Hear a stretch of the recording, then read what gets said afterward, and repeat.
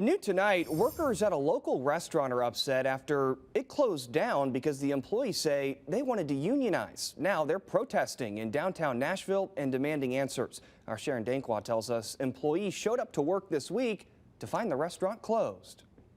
Former employees of a restaurant called Chautauqua were protesting right here just moments ago. They say they were never given an official notice that the restaurant was closing down, and now they're demanding severance pay and much more. Found out we were closed. When Brenda Waybrandt and many others came to work on August 26, a notice on the front door left them speechless. There was a sign on the door that they had closed permanently already.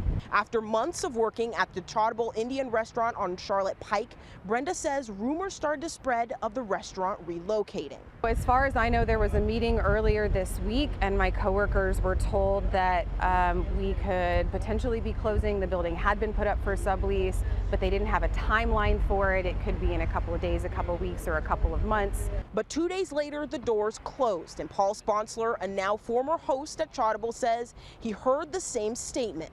And on the day he and many other employees decided to request a workers' union, the sign went up and the doors closed. We are very certain that because they found out about this, that they decided to just close without any kind of notice. We asked the ownership of Chautauqua if that was the case, and were told unionizing efforts had nothing to do with their closure. But workers say they feel cheated. We are asking for a meeting just for some honesty and clarity and transparency. We want a clear statement from the owners, and we're also asking for 2 weeks of severance pay. Brenda and a number of employees standing in front of Chautauqua's sister restaurant, Jahan Ale and Masala House, are begging to be heard.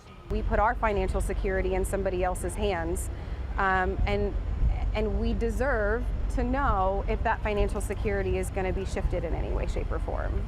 Former employees say they plan to continue their protests at this same location Sunday morning. In Nashville, Sharon Dankwa, WSMV 4.